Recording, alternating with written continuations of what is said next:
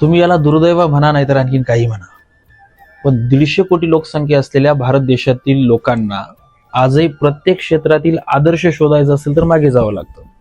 चांगला राजा म्हटलं का छत्रपती शिवाजी महाराज आम्हाला आठवावे लागतात. चांगला मित्र म्हटलं का सुदाम देवांपर्यंत जाऊन पोहोचावं लागतं. आणि वडिलांच्या आज्ञेत राहणारा सुपुत्र आठवायचं म्हटलं तर आम्हाला श्रीरामांच्या दर्शनाला जावं लागतं.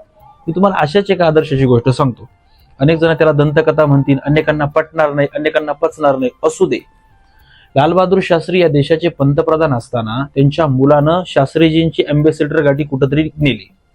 शास्त्रीजींना हे ज्यावेळेस कळालं त्यावेळेस शास्त्रीजींनी त्याला जवळ बोलवून नको नको ते बोलले, झाप झाप झापलं.